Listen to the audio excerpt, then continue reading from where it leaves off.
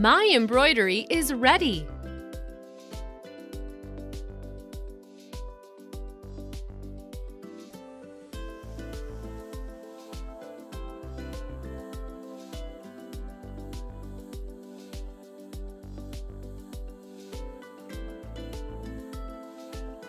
I put the kiss lock in place to check what the purse will look like when fully finished.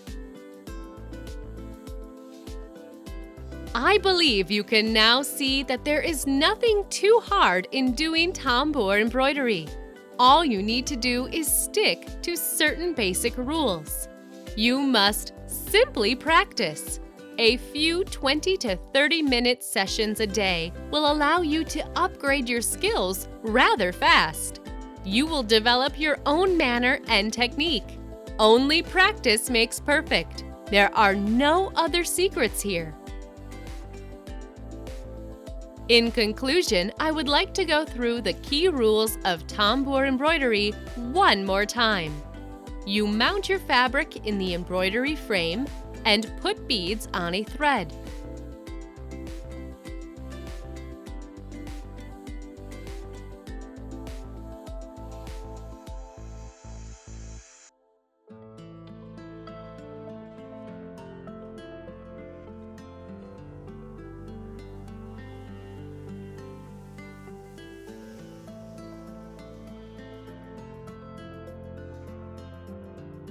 You put the thread over your finger with its tail toward you and hold it in place with your thumb.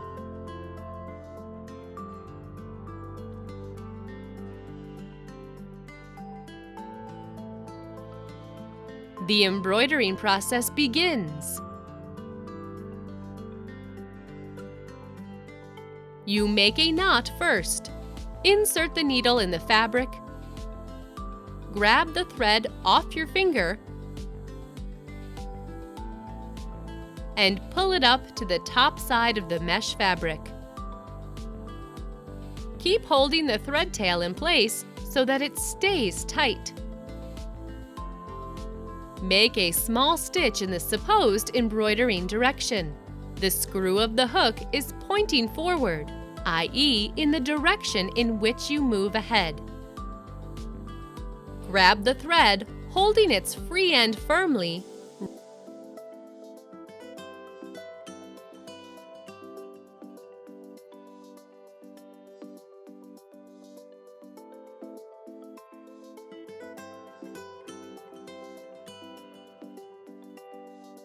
Rotate the hook 180 degrees, the screw pointing backwards, and pull a loop up to the top side of the mesh fabric.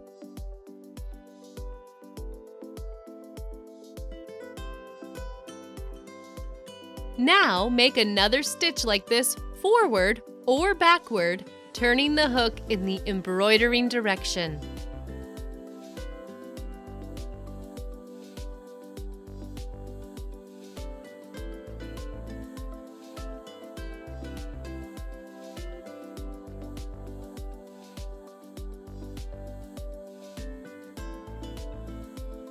The knot is finished. You can let go of the tail. Now let me say a couple of words about the thread with beads positioned under the mesh fabric. The beads make this thread rather heavy, which can make the embroidering process difficult. Try to keep few beads hanging while letting the rest lie on the table.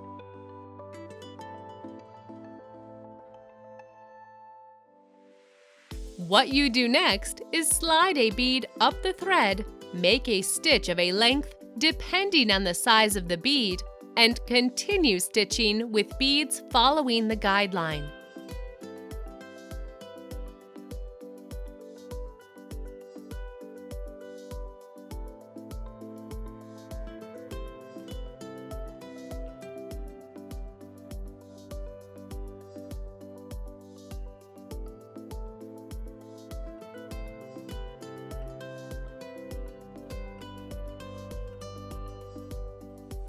There are other important technical moments that require your attention.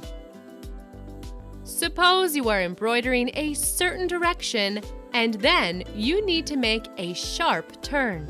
In this case, you should make a stitch in the same direction in which you have been embroidering before actually changing the embroidering direction.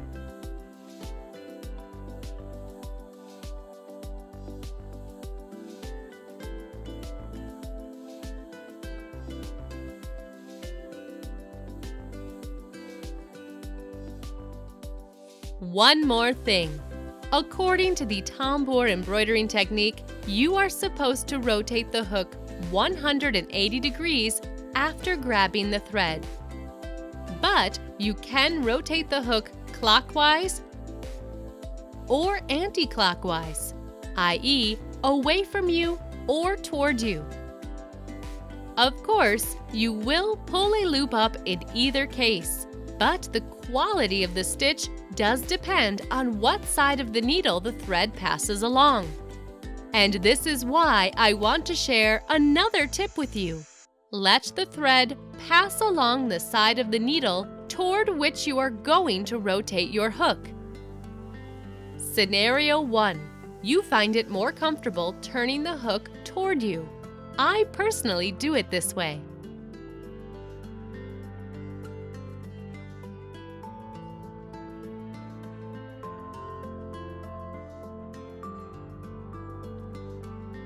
The thread passes along the side of the needle, which is opposite to the viewer's side, and then I continue working in the described technique. Grab the thread, rotate the hook 180 degrees toward me, and pull up a loop. The loop and the stitch look neat, untwisted, and pretty. Scenario 2. You feel more comfortable turning the hook away from you.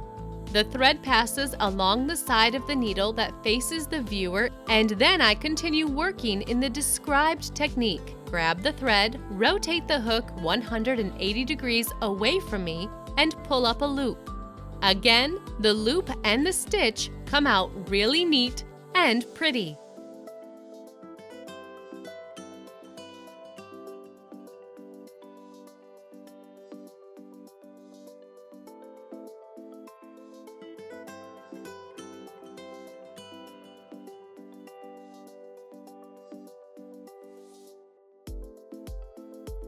If you neglect my advice, you will get a twisted, poor quality loop like the one here.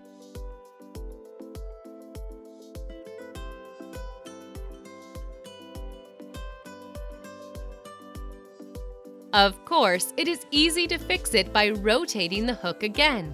But why waste your time untwisting every loop when you can just make it right from the beginning?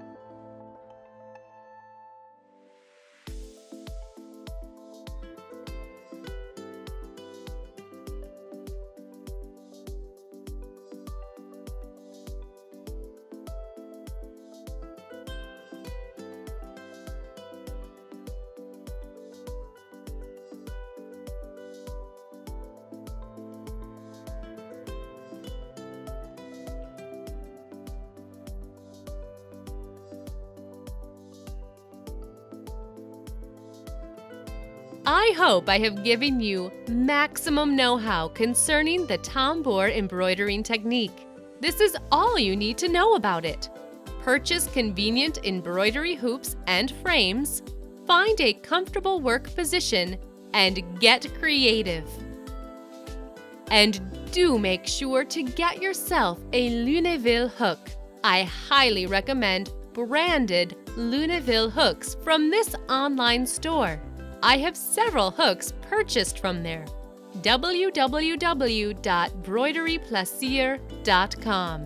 When you get experienced enough, it will not matter to you whether to use a branded hook or a replica hook made in China.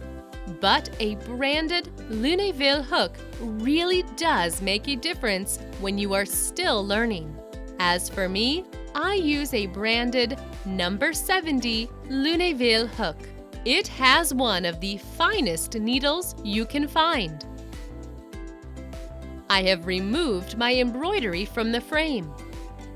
Remember to secure your embroidery on the purse unless it was made with some special purpose reinforced thread.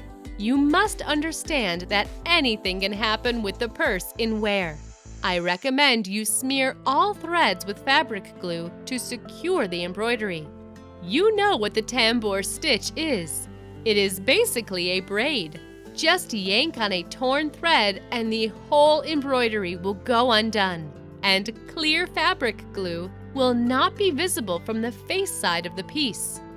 Needless to say that you must not use any glue if your embroidery will be in direct contact with bare skin. You must use very high-quality, tear-proof thread in that case. Just to let you know, this small embroidered piece weighs 110 grams. And now imagine a whole dress fully embroidered with seed beads, rhinestones, sequins, let alone pearl beads. Not every bride can cope with such pressure. Please remember about your own responsibility when accepting such orders. The final garment must be wearable in the end.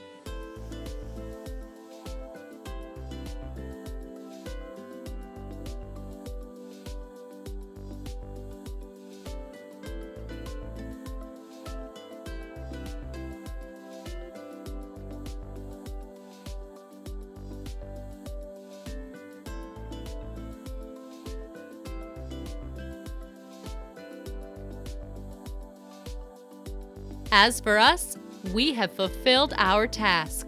All we need to do is cut and sew the purse and then embellish it with this beautiful embroidery.